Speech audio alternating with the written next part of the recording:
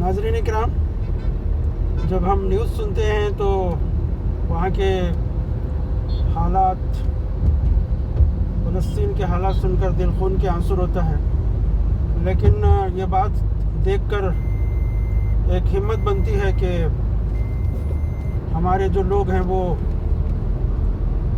اپنی جان کے نذرانے پیش کریں، لیکن پوری دنیا کے بڑے بڑے مالک مل کر بھی ان کو نیچا نہیں دکھا سکے۔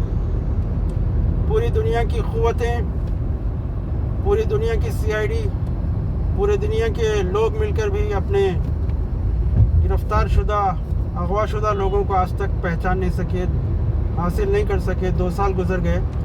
یہ ایمانی شان ہے اور ایمان کی یہ برکت ہے جس کو دشمن بھی مانتا ہے۔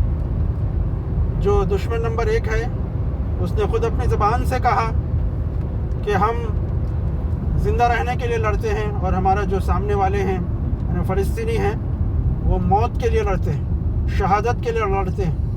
اور جو انسان شہادت کے لیے لڑتا ہے، موت کی پرواہ نہیں کرتا، دنیا کی کوئی قوت ان لوگوں کو جھکا نہیں سکتی۔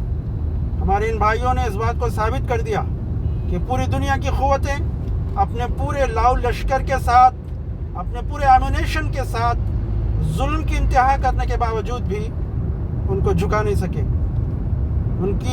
ان کو شہادت کا مرتبہ ملا، لیکن وہ جھکے نہیں، دبے نہیں، کمپرومائز نہیں کیا، مصالحت نہیں کی، میدان جنگ میں پیٹھ نہیں دکھائی۔